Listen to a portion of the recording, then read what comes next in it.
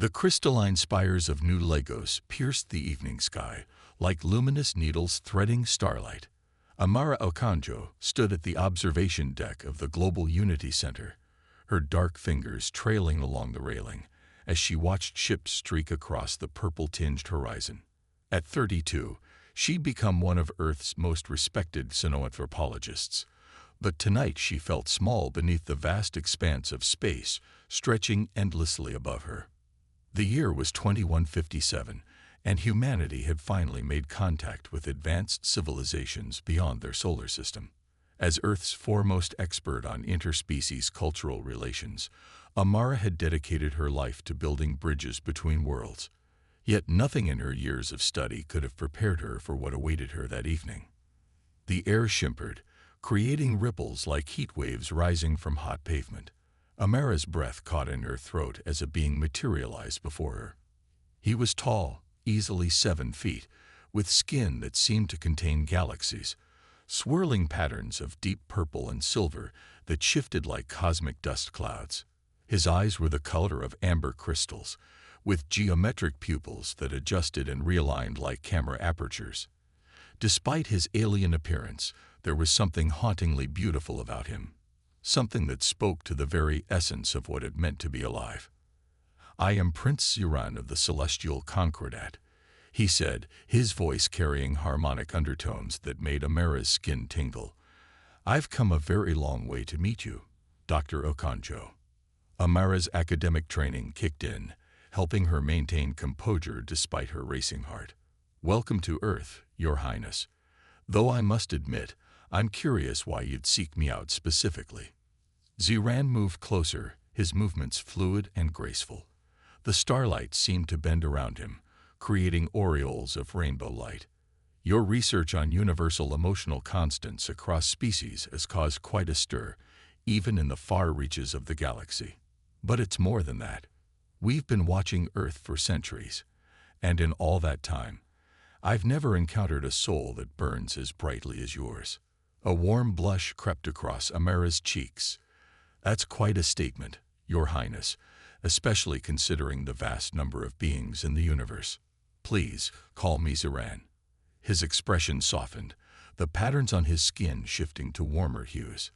"My people believe in something called quantum resonance of the soul, when two beings' consciousness patterns align in perfect harmony.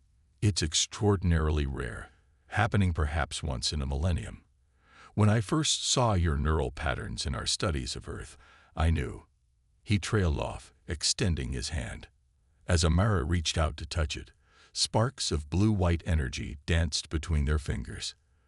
The sensation was electric, sending shivers down her spine and causing her braids to float slightly, defying gravity. "What is this?" she whispered, watching the energy patterns weave between them like living light. "This is what my people call the first sign," Ziran explained, his voice filled with wonder. "It's said that when two quantum-resonant souls first make contact, the very fabric of space-time responds." Over the next few weeks, Amara's life transformed into something from a dream. Ziran showed her wonders beyond imagination. Hidden quantum gardens where flowers bloomed in 5 dimensions, concerts played on instruments that manipulated dark matter, and ancient libraries containing the collected wisdom of 1,000 civilizations.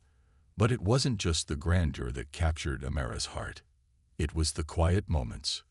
Ziran's childlike fascination with human dance, his determined attempts to master the art of making Nigerian jollof rice, the way he would spend hours listening to her stories about growing up in Lagos.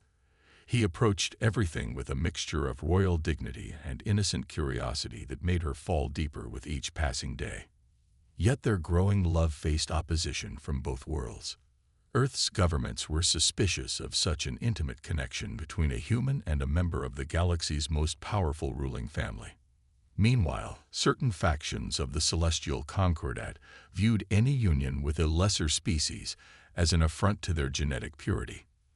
"They don't understand," Ziran said one evening as they sat in his quantum ship, watching Earth's sunset from low orbit. "They see everything through the lens of politics and power. They can't comprehend that love transcends not just planetary boundaries, but the very laws of physics themselves. Amara leaned against him, watching the patterns on his skin shift to match the sunset's colors. My grandmother used to say that love is the only force strong enough to break down all barriers. I never truly understood what she meant until now. The prince's hand found hers, their fingers intertwining as more sparkles of quantum energy danced around them. In all my studies of human culture, I've been most fascinated by your concept of soulmates. My people have similar legends, stories of beings whose consciousnesses are so perfectly aligned that their union can literally alter the fabric of reality. And you believe that's us? Amara asked, her heart thundering in her chest. I don't just believe it. I can prove it. Ziran stood, pulling her gently to her feet. Watch. He placed his hands on either side of her face, and suddenly Amara's consciousness expanded. She could see the quantum strings that made up reality, could feel the vibrations of distant stars, could perceive the deep connections that bound all living things together. And there, shining brighter than anything else, was the thread that connected her soul to Ziran's, a brilliant cord of pure energy that transcended space, time, and dimension. This is how I found you, he whispered. This connection has always existed since the very beginning of the universe. We weren't just meant to find each other. The very laws of physics conspired to bring us together. Tears streamed down Amara's face as she experienced the full depth of their connection. It's beautiful, she breathed. But what does this mean for us? For our peoples? Ziran smiled, wiping away her tears with gentle fingers that left trails of stardust on her cheeks. It means, my love, that we have the power to change everything. Our union isn't just about us. It's about showing both our peoples that love knows no boundaries, that the differences between us are nothing compared to the forces that bind us together. In that moment, surrounded by the cosmos and wrapped in each other's arms, Amara and Ziran made a decision that would alter the course of human and alien history forever. They would face whatever challenges came their way together, proving that true love could bridge the gaps between stars and species. The following months were a whirlwind of diplomacy, cultural exchange, and growing acceptance. Amara's research took on new significance as she documented their relationship, providing unprecedented insights into cross-species emotional bonds. Ziran worked tirelessly to convince his people that genetic purity was far less important than the purity of love and intention. Their wedding was a historic event, broadcast across Earth and to thousands of alien worlds. It combined traditions from both cultures. Amara wore a dress that incorporated both her Nigerian heritage and bioluminescent crystals from Ziran's homeworld.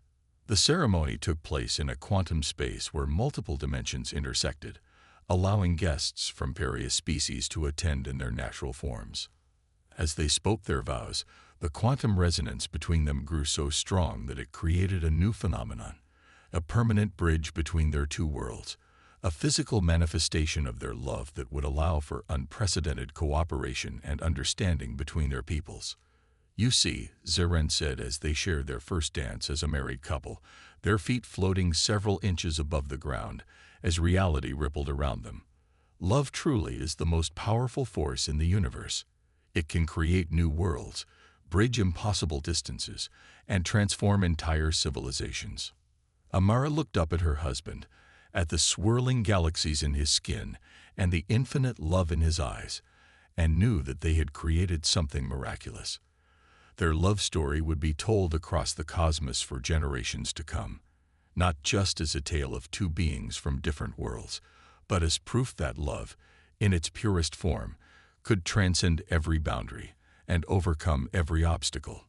We are stardust, she whispered, repeating an ancient truth that now held new meaning. All of us, no matter our origin, came from the same cosmic source. Perhaps that's why love can bridge even the vastest distances, because at our core, we're all made of the same star stuff. Ziran pulled her closer, their quantum resonance creating a soft glow that illuminated the space around them. And now we've proven that love isn't just an emotion. It's a force as real and powerful as gravity itself, strong enough to bind worlds together, to create new realities, to change the very fabric of the universe. As they danced beneath the stars that had brought them together, Amara and Ziran knew that their love story was more than just a personal journey. It was a beacon of hope for all beings, everywhere. Proof that when two souls truly resonate, nothing in the universe can keep them apart. Their union marked the beginning of a new era of understanding between species, a time when love would be recognized as the ultimate universal constant. And as they looked to the future, they knew that their story would continue to inspire others to reach across the stars and find their own cosmic connections. For in the end, love truly was the force that bound the universe together, a power greater than gravity, stronger than time, and more eternal than the stars themselves. And in finding each other, Amara and Ziran had proven that sometimes the greatest scientific discoveries aren't made in laboratories or observatories, but in the depths of two hearts beating as one across the infinite expanse of space.